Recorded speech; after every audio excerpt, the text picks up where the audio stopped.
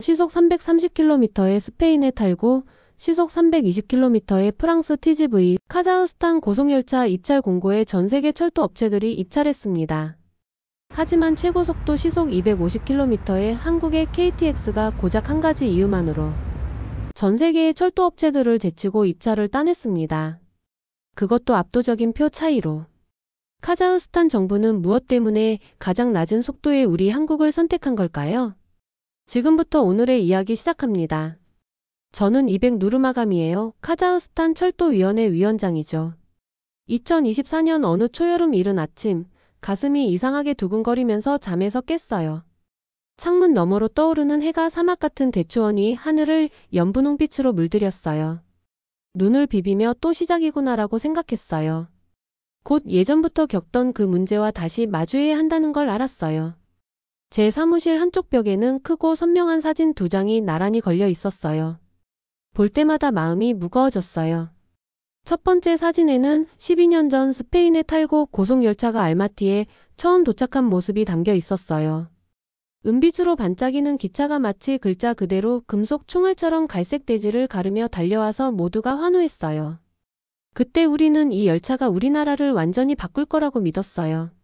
하지만 두 번째 사진은 전혀 다른 이야기를 전해줬어요. 그건 그로부터 1년 뒤에 촬영된 사진이었어요. 주름진 작업복을 입은 기술자들이 기차 아래에 엎드려 머리를 긁적이고 있었어요. 사막 바람에 날려 쌓인 모래와 먼지가 기차 밑 여기저기에 쌓여 있었어요. 화물칸이나 화장실 설비를 놓을 공간이 너무 좁아서 고속열차에 꼭 필요한 구조를 제대로 설치할 수 없었어요. 저희 노선은 알마티에서 시작해 바다 근처 기름 도시까지 이어지는 긴 사막 구간이었어요. 짐칸과 튼튼한 화장실 시스템이 꼭 필요했는데 고장이 매주 한 번씩 터졌어요. 떠올릴수록 아찔했던 기억이 있어요. 어느 쌀쌀한 아침, 카라간다 역에서 승객들이 지친 얼굴로 기차에서 내리는 걸 지켜봤어요. 그분들은 고장난 열차 수리를 기다리느라 몇 시간을 서성였어요. 고장이 나면 우리는 스페인 마드리드로 전화를 걸었어요.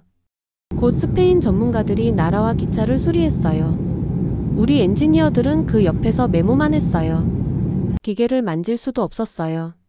늘 배우기만 하고 막상 손을 대어본 적 없는 학생 같았어요. 엔진 커버조차 열지 못한다면 어떻게 독립할 수 있을까? 라는 생각이 머릿속을 맴돌았어요. 그러던 어느 화창한 오후, 두툼한 파일 하나가 제 책상 위에 놓였어요. 용기를 내어 커버를 열어보니 굵은 글씨로 새 프로젝트 명령이 적혀 있었어요. 알마티에서 누르술탄까지, 그리고 다시 아티라우 인근 기름 도시까지 고속철도를 건설하라는 내용이었어요.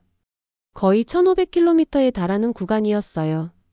마치 옛 실크로드를 현대화하듯 사막 위를 기차가 달리게 만든다는 대담한 계획이었어요. 하지만 맨 아래 붉은 밑줄이 그어진 한 줄이 저를 얼어붙게 만들었어요. 완전한 기술 이전 필수라는 문구였어요. 즉 외국의 기업이 기차 설계부터 엔지니어링 유지, 보수에 이르기까지 모든 기술을 우리에게 가르쳐줘야 한다는 뜻이었어요. 부품 하나가 다를 때마다 해외 전문가를 부르던 시절은 끝내야 했어요. 우리 엔지니어들이 직접 실습하며 배워야 했어요. 이게 바로 우리의 기회일까? 창문 너머 끝없이 펼쳐진 수평선을 바라보았어요. 바람에 키 큰 풀들이 바다 위 파도처럼 출렁였어요. 이번에는 우리가 배워야 해요. 우리의 미래를 우리가 만들어야 해요. 라고 속삭였어요. 전 세계 최고의 기차 제작사들에게 입찰 공고를 보냈어요. 스페인의 탈고와 프랑스의 알스톰이 즉시 회신했어요.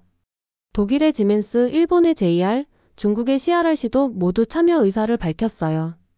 그러던 중 한국의 현대로템에서 편지가 왔어요. 2번이나 다시 읽었어요. 한국이라고요? 한국은 KTX로 유명하잖아요. 그들은 빠른 열차뿐 아니라 전면적인 기술 공유를 약속했어요.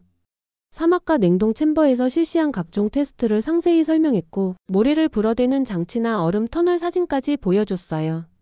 가슴이 뛰었어요. 혹시 한국이 우리가 찾던 진짜 파트너일까? 그들의 제안은 달랐어요.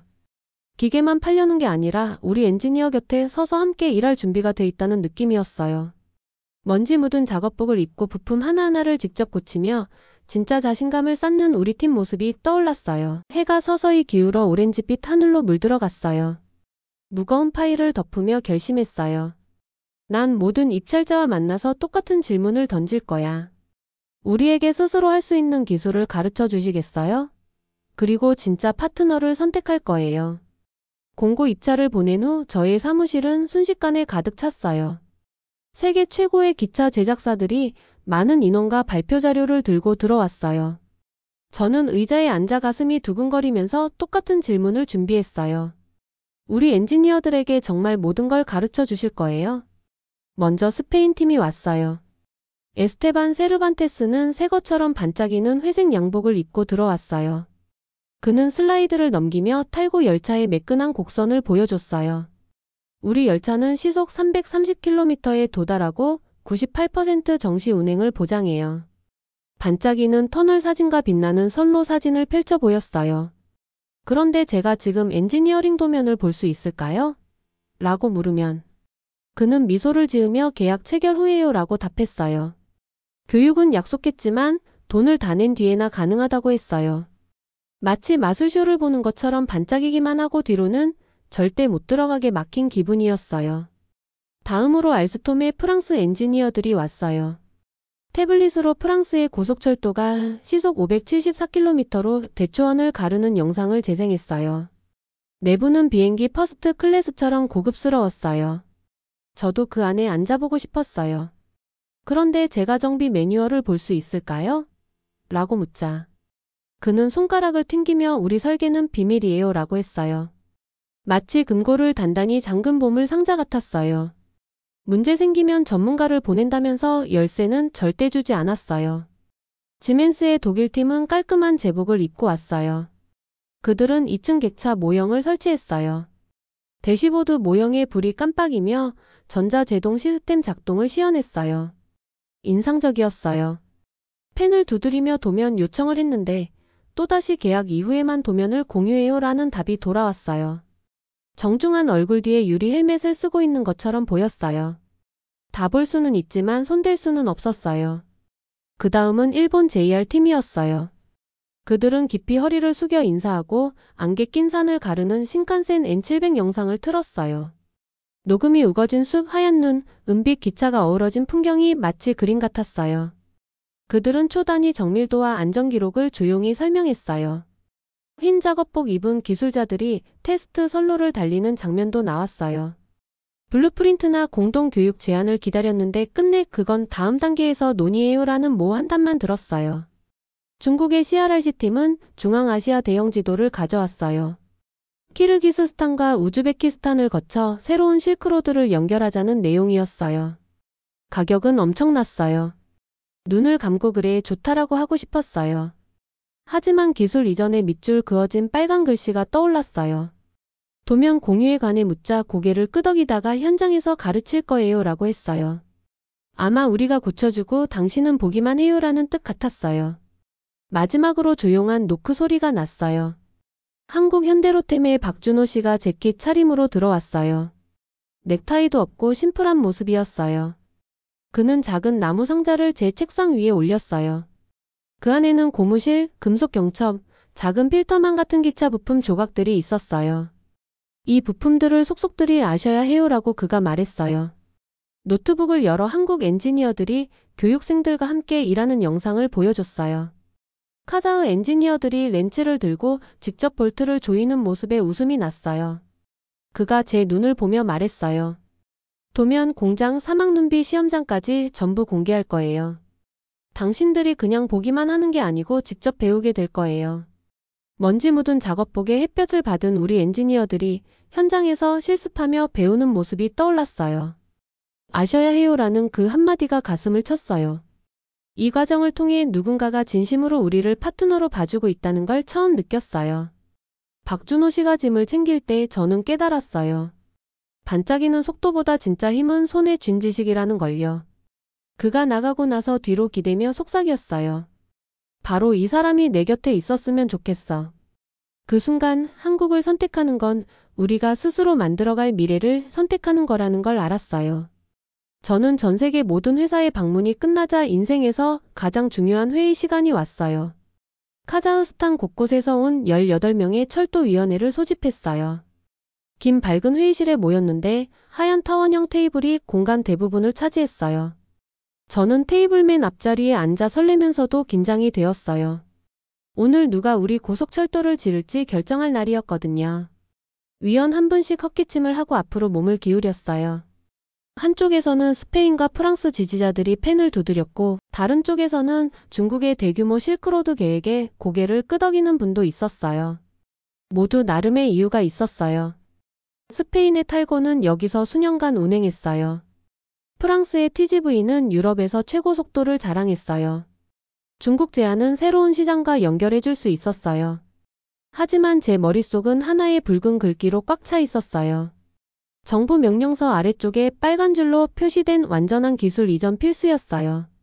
먼저 프랑스를 지지하는 분이 일어났어요. 낮고 안정된 목소리로 말했어요. 프랑스 고속철도는 시속 574km에 이르고 기록적인 속도와 검증된 안전성을 갖추고 있어요.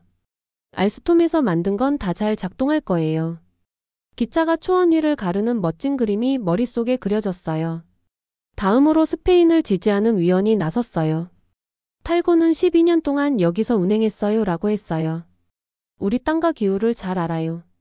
곡선 구간에서는 틸팅 기술로 속도를 유지하면서도 승객 멀미를 막아줘요. 그녀가 산길을 달리는 곡선 트랙 사진을 흔들어 보여줬어요. 하지만 제가 매뉴얼 요청을 했을 때 계약 체결 후에요 라는 답이 떠올랐어요.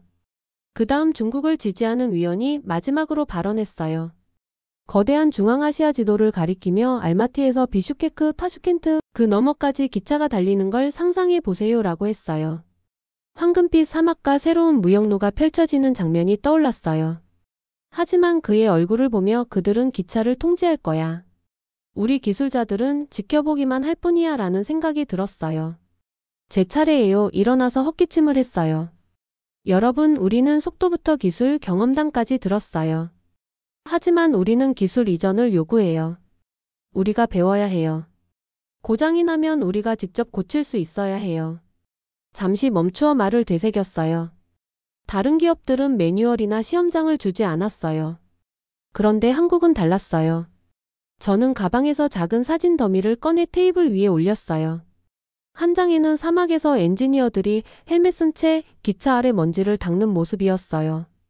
다른 장에는 영하 온도 시험실에서 한국 기술자들이 기차를 테스트하는 장면이었어요. 이거 보세요 라고 부드럽게 말했어요. 현지 엔지니어들은 렌치를 돌리며 배웠어요. 모래가 엔진 안으로 들어오지 않게 하는 방법도 직접 확인했어요. 실제 상황에서 필터 설계도 시험하고 수리도 연습했어요. 방 안에서는 속삭이듯 대화가 오갔어요. 몇몇 위원은 가까이 몸을 기울였어요. 저는 박준호 씨가 약속한 내용도 이야기했어요. 공장 도면 완전 공개, 서울에서의 실습 교육, 납품 후 지속적 지원이었어요. 그들은 비밀 금고 뒤에 숨지 않았어요 라고 했어요. 열쇠를 공유했어요. 제 목소리가 점점 힘을 얻었어요. 이 선택은 반짝이는 기계보다 더 중요한 우리 독립과 기술자들의 미래에 관한 거예요. 잠시 고요가 이어졌어요. 모두 말없이 있었어요. 그러다 한 사람씩 고개를 끄덕였어요. 긴장감이 풀렸어요. 무기명 투표를 시작했어요. 한 분씩 일어나 종이를 투표함에 넣고 자리에 앉았어요. 제 속은 긴장으로 뒤틀렸어요. 투표 집계가 끝나자 총무가 헛기침을 하고 발표했어요. 한국 현대로템 12표, 스페인 4표, 중국 2표라고 했어요. 함성이 터져나왔어요. 제가 숨쉬고 있다는 걸 잊고 있었어요. 안도감과 자부심이 밀려왔어요. 우리 기술을 가르쳐주고 믿어주고 함께할 파트너를 선택했어요. 며칠 뒤 2024년 4월 14일 다시 누르술탄의 대연회장에 섰어요. 카자흐스탄과 한국 국기가 벽을 장식했어요. 카메라 플래시 속에서 한국 대통령과 악수를 나눴어요. 두 나라 정부가 공식 계약서에 서명했어요. 그날 우리는 단순히 기차를 사는 게 아니라 우리 미래를 함께 짓기로 약속했어요. 그날 밤 도시의 불빛 아래 호텔로 돌아가며 서울로 떠날 엔지니어들을 떠올렸어요. 공장 앞에 선 그들이 연장과 회로를 하나하나 배우고 있을 모습이 눈앞에 그려졌어요. 진짜 시작은 바로 여기서예요. 긴 여정이 기다리고 있지만 처음으로 올바른 길을 택했다는 확신이 들었어요. 비행기에서 내려서 서울공항 계단을 밟는 순간 가슴이 두근거렸어요. 봄바람이 벚꽃창을 실어 나르고 유리 건물이 햇빛을 반짝였어요. 저를 따라 마치 탐험대처럼 40명의 엔지니어들이 따라왔어요. 우리가 직접 KTX 열차를 만들고 유지하는 법을 배우려고 서울에 온 거였어요. 공항에는 현대로템 승합차가 기다리고 있었어요. 차에 오르자 박준호 씨가 웃으며 한국에 오신 걸 환영해요. 공장부터 시작할 거예요 라고 했어요. 어깨에 책임감이 묵직하게 얹힌 느낌이었어요. 다음 날 아침 우리는 거대한 로템 공장 안으로 들어갔어요. 금속과 기름 냄새가 코에 맴돌았어요. 파란 작업복을 입은 한국 엔지니어들이 로봇 팔과 용접 기계 앞을 안내했어요. 여기서는 하나하나 직접 가르쳐요라고 말하며 우리 팀에게 렌치를 건네주고 벽에 걸린 필터줄을 가리켰어요. 이 필터를 직접 분리해 보세요라고 했어요. 한국 기술자들이 와이어를 따라가며 영어로 그리고 옆에 있는 카자흐어 도면을 가리키며 설명했어요. 저희 팀원들이 질문을 할 때마다 늘 친절하게 명쾌한 답을 해줬어요. 오후에는 시험 챔버 단지로 향했어요. 한 건물 안에서는 거센 바람 기계가 문과 창문에 모래를 뿜어대고 있었어요. 현대로템은 추위에도 제대로 유지하려면 히터와 제빙장치 관리는 이렇게 해야 해요라고 가르쳐 주었어요. 날마다 우리 엔지니어들은 너트, 볼트, 회로, 소프트웨어 코드를 만졌어요. 공책에 빽빽이 메모하고 도면을 스케치하며 수십 가지 질문을 던졌어요. 한편 저는 카자흐스탄에서 새로운 철도 건설을 지휘했어요. 매일 저녁 한국 현장 감독과 영상 통화를 했어요. 책상 위에 놓인 역 설계도와 레일 배치, 일정표를 보며 콘크리트 침목을 붓는 모습과 철도를 들어 올리는 크레인 영상을 보았어요. 뿌듯하면서도 우리 팀이 충분히 빨리 배워서 이 작업을 뒷받침할까 하고 걱정도 됐어요. 3개월 뒤 저는 다시 서울에 와서 진행 상황을 확인했어요. 엔지니어들이 자신 있게 웃고 있었어요. 우리 팀원들이 시험 차량에 설치된 필터 시제품을 자랑스럽게 보여줬어요. 카자흐스탄 알마티로 돌아오니 첫 레일 구간이 거의 완성되어 있었어요. 저는 먼지 묻은 길을 따라 현장을 찾아갔어요. 시험을 떠날 준비를 하는 열차가 머릿속에 그려졌어요. 훈련을 마친 엔지니어들이 한국 검사팀과 어깨를 나란히 하고 이음매와 릴레이를 살폈어요. 현장에서는 우리 팀원들이 작성한 코드를 태블릿으로 확인했고 시험 차량 필터를 점검했어요. 모두 서울에서 배운 대로 움직이고 있었어요. 한국은 우리에게 기계 이상의 지식과 자신감을 주었어요. 별빛을 보며 속삭였어요. 이건 시작일 뿐이에요. 첫 공식 고속열차 시범 운행날 아침 날이 맑고 시원했어요. 해 뜨기 전에 잠에서 깼는데 가슴이 두근거렸어요. 오늘 우리 고속열차가 카자흐스탄에서 처음으로 알마티 중앙역에서 부하라까지 승객을 실어 나르는 날이었어요. 여러 해 동안 계획하고 훈련하고 건설한 모든 과정이 이 순간으로 이어졌어요. 아무도 오기 전 플랫폼에 도착했어요. 등불 같은 가로등이 플랫폼을 은은히 밝히고 선로에는 가벼운 안개가 감돌았어요. 은빛과 파란빛이 섞인 열차가 창백한 하늘 아래 반짝였어요. 문은 닫혀있고 엔진 소리는 조용히 웅얼거렸어요. 형광색 조끼를 입은 작업자들이 선로 주변을 마지막으로 점검했어요. 현대로템 한국 엔지니어들이 우리 팀 옆에 나란히 서 있었어요. 그분들이 가르쳐 주신 대로 우리 팀원들이 기술 점검을 주도하며 패널을 들어 올리고 동료들에게 미소를 보냈어요. 정확히 6시가 되자 역 스피커에서 잡음이 섞인 안내방송이 나왔어요. 차분한 목소리로 카자흐어, 러시아어, 영어로 부하라행 고속열차 첫 운행을 환영해요. 출발 준비 중이니 선로에서 물러나 있어주세요 라고 안내했어요. 가족과 공무원, 지역 학생들, 구경 나온 사람들이 숨을 죽이고 지켜봤어요. 모두 역사가 움직이는 순간을 보러 왔어요. 저는 운전실로 올라갔어요. 우리 카자흐스탄 운전사가 자신 있는 표정으로 앉아 있었어요. 옆에는 한국 트레이너 이씨가 조언을 준비하고 있었어요. 창문을 살짝 두드리며 오늘은 당신의 날이에요 라고 말했어요. 운전사가 눈을 반짝이며 고개를 끄덕였어요. 버튼을 누르자 기차가 천천히 움직이기 시작했어요. 점점 속도가 붙었어요. 밖에서는 우리 엔지니어들이 플랫폼 위에서 손을 흔들며 환호했어요. 객실 안으로 들어가 복도를 걸었어요. 공기는 상쾌하고 시원했어요. 부드러운 LED 조명이 천장을 은은하게 밝혔어요. 좌석은 부드럽게 기울어졌어요. 창가로 미소 짓는 어르신, 휴대폰으로 사진 찍는 청소년, 유리창에 얼굴을 붙이고 눈을 반짝이는 아이들을 봤어요. 예전 오래된 기차는 느리고 불편했어요. 승객들은 오래 달리는 동안 낡은 좌석에 앉아 먼지 낀 통로를 지나야 했어요. 이제는 편안함과 속도 그리고 자부심을 느끼고 있었어요. 도시를 떠나자 기차는 자작나무 숲과 구릉지를 지나 직선 선로 위를 부드럽게 미끄러졌어요. 엔진 소리는 낮은 속삭임 같았고 승차감은 공중에 떠있는 듯했어요. 한참 동안 초록빛 들판의 말들이 풀을 뜯는 모습, 바람에 물결치는 금빛 밀밭, 눈 덮인 먼 산봉우리를 지켜봤어요. 중간 지점에 이르자 사막 평원의 작은 역에서 기차가 잠깐 속도를 줄였어요. 지역 작업자들이 선로와 전차선 상태를 점검할 시간을 준 거예요. 플랫폼에 내려보니 햇살이 따뜻하게 얼굴을 감싸줬어요. 농부와 상인, 손수 만든 팻말을 든 아이들이 모여 있었어요. 작은 카자흐스탄 국기를 흔들며 환호했어요. 가슴이 뭉클했어요. 이 기차는 단순한 철근과 엔진이 아니라 우리 마을과 가족, 미래를 이어주는 다리였어요. 다시 기차에 오르자 속도가 붙었어요. 한국이 떠올랐어요. 한국 엔지니어들이 이 열차를 사막 폭풍과 냉동 챔버에서 테스트한 장면이 떠올랐어요. 밤늦도록 필터 다듬고 코드를 고치던 서울의 우리 엔지니어들 모습도 생각났어요. 그들의 파트너십이 이 모든 걸 가능하게 했어요. 감사한 마음이 밀려왔어요. 2시간 후 기차는 정확히 시간에 맞춰 부하라 역에 도착했어요. 금관 악단이 신나는 곡을 연주하며 우리를 맞았어요. 지역 공무원들이 꽃다발을 가져와 축하했어요. 승객들은 미소 지으며 내린 뒤 승무원에게 박수를 보냈어요. 플랫폼에 서서 오후 햇빛 아래 반짝이는 기차를 바라봤어요. 우리가 함께 이뤄냈구나라고 생각했어요. 그날 저녁 부하라 구도심광장에서 열린 지역 축제에 참석했어요. 흑벽돌 건물 사이로 전구줄이 걸려있고 사람들이 전통 음악에 맞춰 춤을 추고 있었어요. 원을 그리며 춤추는 사람들 속에 합류의 회사 배지를 가리키며 내일도 타실 거예요? 라고 묻는 아이들과 웃으며 고개를 끄덕였어요. 이제 첫 운행 몇 주가 지났어요. 매일 열차가 알마티와 부하라를 오가고 있어요. 곧 아티라우 구간까지 연장을 시작해요. 알마티와 누르술탄 대학에는 새로운 철도공학과가 생겼어요.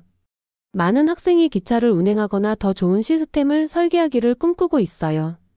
지역 공장에서는 한국 감독 아래 바퀴, 브레이크, 전기 부품을 생산하고 있어요. 자주 방문해 보니 수습생들이 호기심 가득한 눈으로 배우고 있어요. 먼 곳에서 열차가 윙윙대는 소리가 들릴 때마다 미소가 번져요. 그 소리는 진정과 파트너십, 그리고 우리 손으로 만든 미래의 울림이에요. 한국은 기차 만드는 법뿐 아니라 자신감도 가르쳐줬어요.